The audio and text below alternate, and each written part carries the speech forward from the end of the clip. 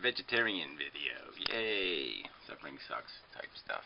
Anyway, Bubba McMac guy kind of, provoked me into whatever, responding to this Martin J. Willett guy. And, I listened to the first 60 seconds of his video, and he's just some pompous, fat British guy. So, yeah, what the hell? Let's respond. It has been claimed by vegetarians. Hang on a moment. Hang on a moment. Let's make one thing clear. Yep, pompous ass. I make my videos to express my opinions. They Oh, are usually 1,000 to 1,500 word opinion pieces. No, your opinion I don't pieces. take kindly to people asking me for citations and references. Yeah, you don't want to have to defend what you say, you mean. Is that what you're saying? Ah, I get it. Oh, God. I hate people. These videos represent my opinions, nothing more. I don't do references and citations. Well, that doesn't mean anything. To say something like this represents my unqualified, uneducated, moronic opinion. Yeah, I mean, that doesn't sound too good. So what? Your opinion's qualified by what? You're saying you're really not qualified to have an opinion, right? Because that's what you're saying, shithead? I write scripts for videos which become pages on my website or vice versa. Yeah, very exciting. And I guess the reason why there's pages on your website is because assholes like Bubba McMac or some other fuckers pay attention to dumb shits like you. I mean, if it wasn't for the people who didn't like what you're saying, arguing with you, you probably have no audience at all. Because I see you've made a video called The Great Race Taboo. Yeah, right. Yeah, racism's just a taboo. Getcha. If you like the articles I write and the videos I make, that's fine. No, I don't. If not, don't click my link. I won't. Okay? I won't. Yes, sometimes I use phrases which do not meet the style standards of a Wikipedia article. As I'm not writing Wikipedia articles. Oh, whatever. So you wrote this shit? You actually wrote this shit too? Your little preamble of bullshit? This bothers me none. This particular piece... Well, apparently something bothers you because you feel the need to do this speechifying on the subject of speechifying. Began as a response to something a vegetarian wrote about man not being a natural meat eater. It really doesn't matter who he was or whether he wrote to me individually or on some kind of a public... Oh, right. So you're going to argue with the idea that we are biologically, for most of our evolution, primate, alright, and we probably ate what primates eat. Forum, which is just as well as I've now forgotten. Just trust me, I'm not making it up. If you don't trust me not to lie to you, feel free to click on one of the other links you... Oh, whatever. Lie? It's not about lying, asshole. It's about being ignorant, asshole. See in the page in front of you now. Very exciting. Okay. On now? Okay. Let's get to it already. It has been claimed by vegetarians, citation not required. Yeah, well, that doesn't really matter, does it? Now, if they claim something and they do provide the citation, doesn't that give it some credibility? And so maybe it's not just a wild, pull-out-of-their-ass claim. It's actually something substantiated by evidence. That physiologically, anatomically, and instinctively, man is perfectly suited to a diet of fruit, vegetables, nuts, and grains. Yes, he is suited to it, and you can do all the experiments. You can find out in all kinds of indirect ways. Well, how do other animals with a similar digestive tract, how do they do on different kinds of diets? And you can even see it in the human race. How do they do? How long do they live? Yeah, and you're going to fail on any of that kind of science, and then you're going to fail on any kind of evolutionary science. So you're going to fail any way you attempt to attack this. Meat is your convenience. It is not a necessity, nor is it a, it's nothing much, it's no better than a stupid vice. It's a bad addiction, asshole. Get over it. But why does he freely and willingly, individually, collectively, and communally eat meat? Well, guess what? The meat eaters were more violent in the first place than the grain eaters. Okay, so if you go through history, you'll find that the meat eaters, yes, they're used to killing shit.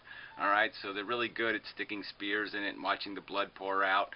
And they're sadistic and lunatics, and, it's probably the meat has made them more violent and maniacal because of the diseases they got from it. yeah, I mean, go on down the list. And yet, part of it is all very negative evolution in a way. Domesticating animals was very expensive in terms of the diseases it caused, and so it, wiped out millions of human beings. And through attrition, they became a little bit stronger because of it. But yeah, it's strength through a huge negative. But yeah, come on, get real, fella. You don't understand who wins in history. It's not the better man doesn't win, okay? It's the meaner, nastier, cheatier, holier than thou asshole who wins, fucktard. Why has man demonstrably been eating meat as a significant part of both of his diet and a central aspect of his social behavior for as long as we have been in the genus Homo? Well, see, that's just a silly thing to say. It's just silly. Like any other animal, you could go find turtles. Find turtles that are vegetarians, and someplace else you find turtles that are carnivores. So it happens with any organism that spreads anywhere to new environments. It will exploit those environments in different ways. When we were back in Africa, this go back a couple 100,000 years ago, we were eating what other primates were eating, no doubt. And so yeah, and then as we acquired this ability to kill other animals with our arrows or spears, yeah, we started to eat them. But it's incidental. It's an incidental thing. If they started gambling, are you going to say gambling is a native part of being a human being? Well, that's just nonsense and idiotic. It's a habit. Okay, it's a stupid, idiotic habit to retain as a civilized animal, organism, race. And if we don't instinctively like meat, why, when we have the choice, do we eat it?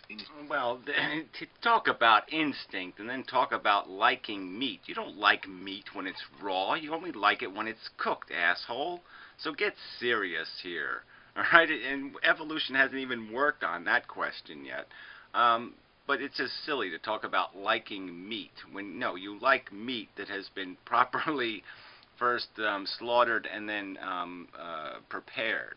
Okay, it has to be prepared for you. It's not. You have to make it. You have to put your human touch to it, your human torch, or you're not going to be eating your fucking meat. Huge quantities. It is perfectly true that anybody will find a raw fruit attractive to eat, but they will not salivate over a bloody carcass. But this is because man has been an eater of cooked food for over 1 million years. Well, that's just nonsense. So you just pulled that one out of your ass, didn't you? Yes, you just did. So you don't want to have to defend that that man has had any control over fire. That it's been a substantial part of his diet for 1 million years. That's just complete nonsense. So way to go. Yeah, that's a lie. So yeah, you're a liar. All right, but you know better than that. You know that's a preposterous exaggeration. We need to cook much of our food to get the nutrients out of it that we need. That includes staple plant foods as well as meat. Our teeth and guts are not the teeth and guts of a carnivore or a herbivore, but an... No, it doesn't. No, that's just these words you make up. These are just words you make up. Okay, a lot of animals can eat a diverse diet. Some can eat leaves and fruit. Some can eat different kinds of things, and they'll be able to maximize those because of the enzymes in their digestive tract. And and certainly over a period of time, people will evolve to eat anything and succeed. People feed on blubber. I mean, there's all kinds of things people can eat. I mean, what the question is, what does civilized human beings need to choose as their diet? Because it is a matter of choice. It's a matter of acquiring a taste for it. All right, the taste isn't built into you, asshole. It's acquired.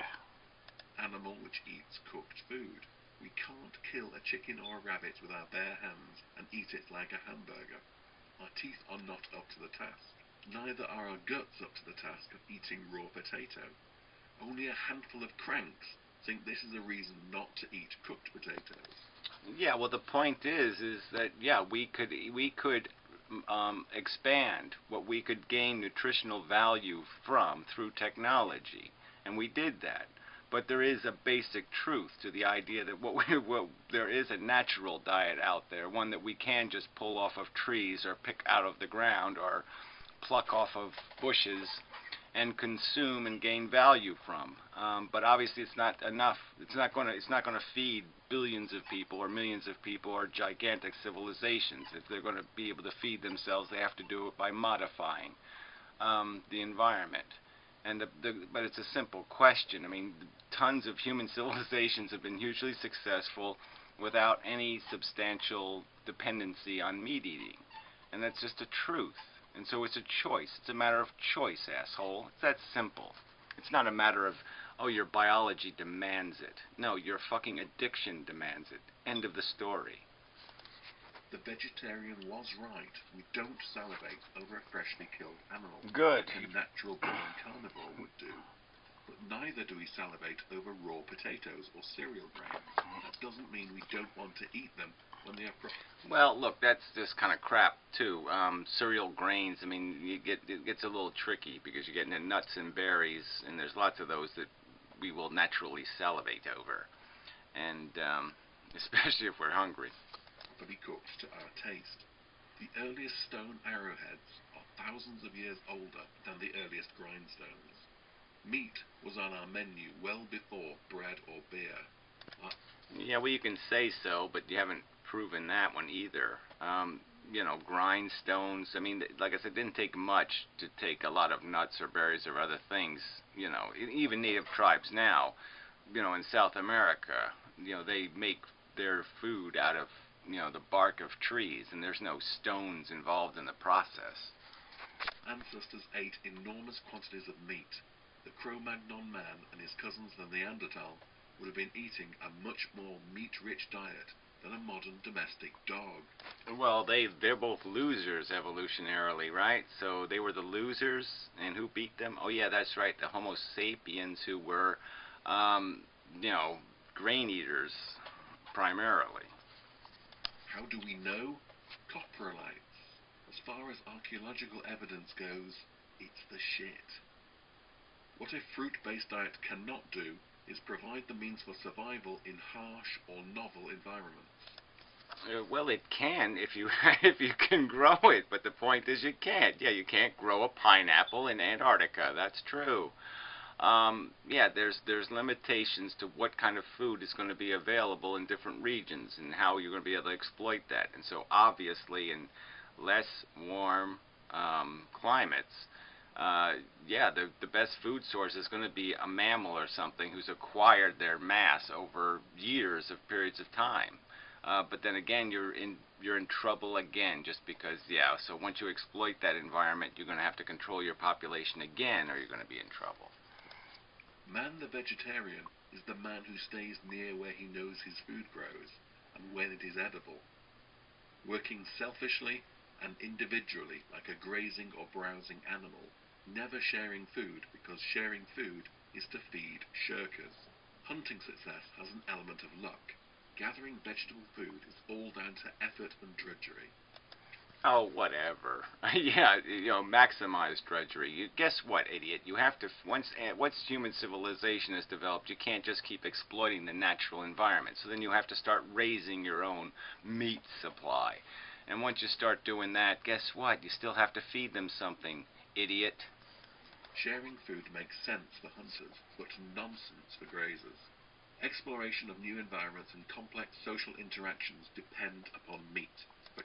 Well, I'm sorry, that's really not how it's worked throughout history, okay? Civilizations were built out of civilizations that grew wheat and corn. So again, fail. Calories, fats, proteins, and for the reason to cooperate, share, communicate, and live socially. It doesn't take cunning, learned skills, or teamwork to outsmart a parsnip. Shit. Oh, it does. It takes all of those things to build civilization, to do science, to advance your culture, to build canals. Oh, the whole evolutionary thing. So that's just crap. There's no need to be, oh yeah, we're the civilization that abused the most animals. No, there's civilizations that did just fine without doing that. Really, this is nonsense. The Polynesians did fine on fish. It doesn't even need opposable thumbs and a brain case the size of an orange. But to turn an aurochs, the ferocious ancestor of Europe's domestic cattle into a series of meals for your tribe requires the full gamut of human ingenuity, courage, social skills, tool-making and political skills too, on a scale that is entirely and uniquely human. Yeah, well, that's just uniquely silly argument. I mean, with the silly arguments, this is the most silly. Like, human beings didn't have enough reason to work together to do all the other things, you know, the weather, all the other things that were beating them up.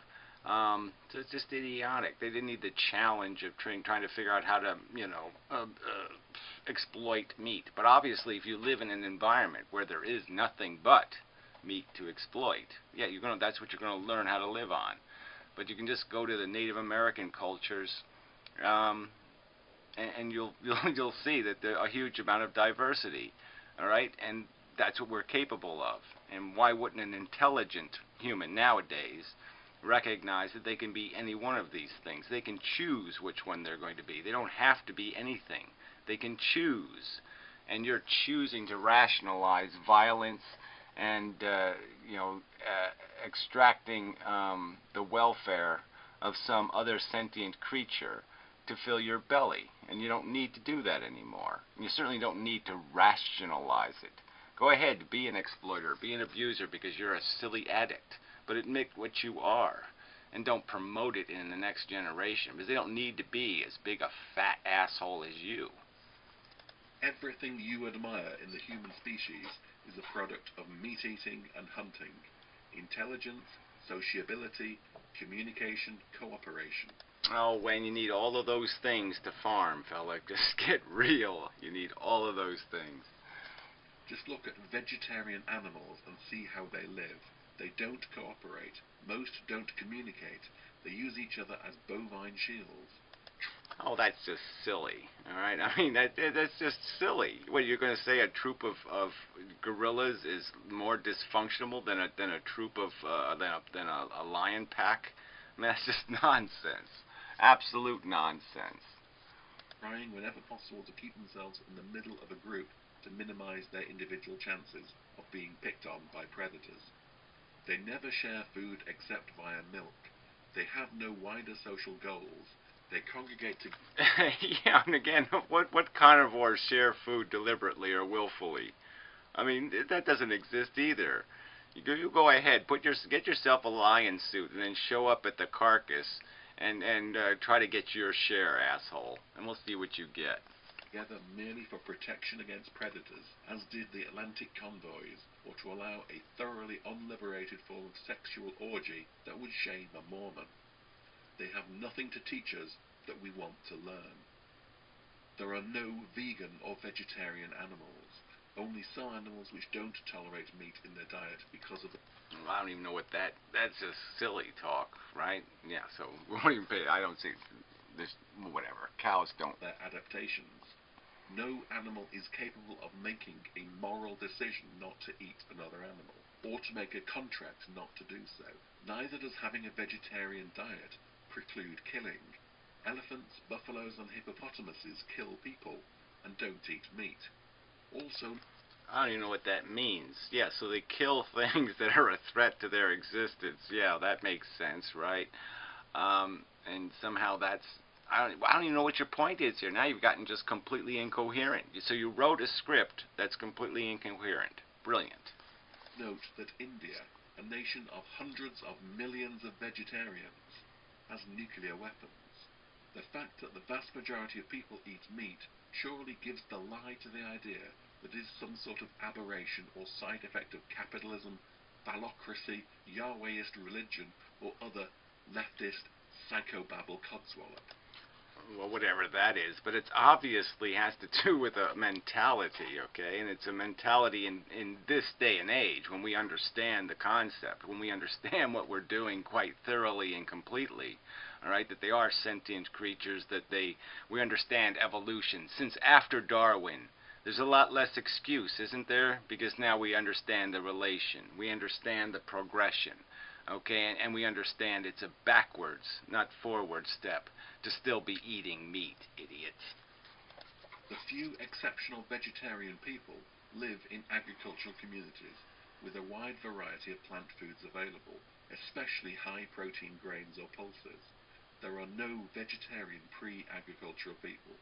Where people farm... Yeah, well, that's because we are living in a completely unnatural way, okay? We got 7 billion human beings on Earth. What primate has those kind of numbers? All right? That's not how we are naturally, that's not how we, for billions of years, were naturally evolved to live. So we're not living in a natural way, asshole. So, of course, every human any civilization that's going to survive to the present day is going to have to be exploiting the environment in some different way. Okay, they're not living like regular humans. The plant material which was very low in protein, such as yams and taro, and no or very few animals were available for hunting, an alternative source of protein was often relied upon: cannibalism. Vegetarianism across an entire community does not exist outside of societies infected with religious or quasi-religious concepts. And that's completely irrelevant too, okay? We know where we get our culture from, asshole. And so that's like making some sort of religious argument, okay? You have acquired your addiction, your taste for meat, because your culture taught it to you. No other fucking explanation, asshole. That's the explanation. It's a cultural aberration that you, through your intelligence, can choose to defend, or you can rationally say, yes, that's a piece of culture that's just a pile of crap, and I don't have to be an asshole because my culture is dominated by assholes. Specifically Hindu, Jain, and most Buddhist communities, and a few austere Abrahamic sects, such as the Rastafarian, Seventh-day Adventist, a few Jews, but only a handful of... Well, again, this is just nonsense, too. It's not just a religious practice. It's part of their cultural practice, okay? They don't have the resources to maintain Animal Farm either. So that's part of the reason why they don't. And they can't afford to be that wasteful because there are so few resources and so many people. When you got to feed a lot of people, you can't afford to feed them through inefficient meat.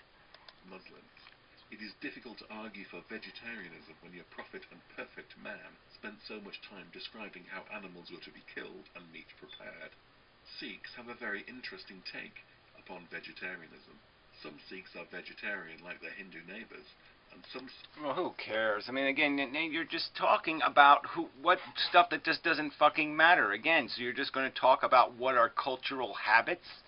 Cultural habits, and that should decide how people should behave is because of a habit, a tradition. So this is just nonsense. Sikhs will only eat meat from animals which has not been ritually slaughtered, meaning that giving halal or kosher meat to a Sikh is being insensitive to their religion. I wonder how many British schools are aware of that. Well, who cares? This image sucks. You can't do better than this one? Some communities only eat a small quantity if they live in areas where plant food is plentiful and boring. protein-rich, especially if they farm it. But no community eschews all meat without some religious or similar mean plex. Well, again, you're just talking out of your ass. I'm sure there's plenty of Native American tribes that can be cited and other, civilizations that have existed, that do exist, and they never acquired where meat was any substantial part of their diet, less than 10%. Behind it. Refusing to eat meat is not normal human behavior, and in many times and places it would simply be a recipe for malnourishment or even starvation of the entire community. Again, that's just silly. You can feed more people with the grain you're feeding to the meat, okay? Unless you have some sort of wilderness capable of supporting a huge supply of your meat where you can just go out there and harvest it any old time you wish, it's not going to be a winning situation. When everybody walks around carrying spears all the time, malnourished people don't tend to hang on to their land for very long. Of course, you can no more derive an ought from a was than you can derive an ought from an is. Meat eating is what made us what we are. That's just crap. With all those artifacts you're going to find of old human civilization, you're going to find a ton of cutting tools. And what they were cutting was wheat, asshole. Wheat made the human race. Doesn't mean we have to remain as we were. All I am doing here is counteracting the argument that somehow we were meant to be fruit eaters. We descended from tropical... Yeah, well, that's what we were biologically before we became what we have become. And the argument is whether this is just an aberration, a sick little interlude that the human biology has indulged in that had no necessity. It was just a matter of convenience because the human race spread across every environment on Earth. I mean, they're living in every environment that you can sustain a mammal in. They're living in it. All right? And they've adapted all kinds of different and stupid and sick and disgusting habits to survive in those environments. And that's all it represents. And the point is what does an intelligent person do in the 21st century when he's asked the question, well, what do you need? How do you need to get your calories? Do you really need to impose suffering and torment on other sentient creatures to acquire enough calories to get you through your day? And the obvious and simple and practical and sensible answer is no! Fruit eaters, monkeys and apes. Those monkeys and apes which carried on eating fruit are still monkeys and apes. Yeah, well, so is every other mammal on Earth. So is every insect on Earth. Okay, dragonfly's been around 300 million years. Yeah, no, they're still dragonflies. So let's not even discuss about what exactly, the nuance of human vocabulary and the manifestation of intelligence that is capable. We've fallen on for 10,000 years, this civilization thing, asshole. And the reason why we probably won't survive civilization is because we're not civilized enough. We're not smart enough to live decently enough and to care enough. And that's your problem. That's the liability of you bloodthirsty fat pigs who are just takers, always calculating how you can use and abuse and manipulate because you're just used to taking. Takers will not succeed. They will not survive the future. And so you're going to lose in the end, asshole. No one's going to hear this pompous, idiotic video of yours, unfortunately, but it would make for a good laugh. We are still apes, but we are also people. That isn't a biological category. It is a definition which is based upon culture. And our human culture is heavily dependent on habits and traits which we developed through many hundreds of thousands, even millions of years. Oh, well, again, yeah, and so whatever habit we've acquired, we've got to keep. So if we have a habit of beating our wives, yeah, we keep that, or molesting our children, yeah, we keep that. I mean, come on, grow the fuck up. We've had a habit of slavery, we got rid of that, but you're probably pro-slave, because you're pro-exploitation, because you're just a greedy, egocentric, fat fucktard. Yes, as cooperative, tribal hunters and gatherers. Meat made man. Yeah, well, whatever. Not a very convincing. Oh, you are a fat fucktard. There's a little picture of you. Ooh, little fat chubby fucktard. Alright, so whatever. So I don't know why you bother forcing me to respond to an asshole, an idiot, a moron. Again, this is like the Christian thing. You just gotta quit listening to assholes. Fuck the assholes. You keep making the assholes, and then you have to respond to the assholes. So if you don't make the assholes, then you won't have to respond to them. But I just love the ego of these people. Martin J. Willett. Like, that should mean something to people. Yeah. He talks out of his big fat ass. Says big fat things out of his big fat ass. Anyway, enough of a video. Till next time.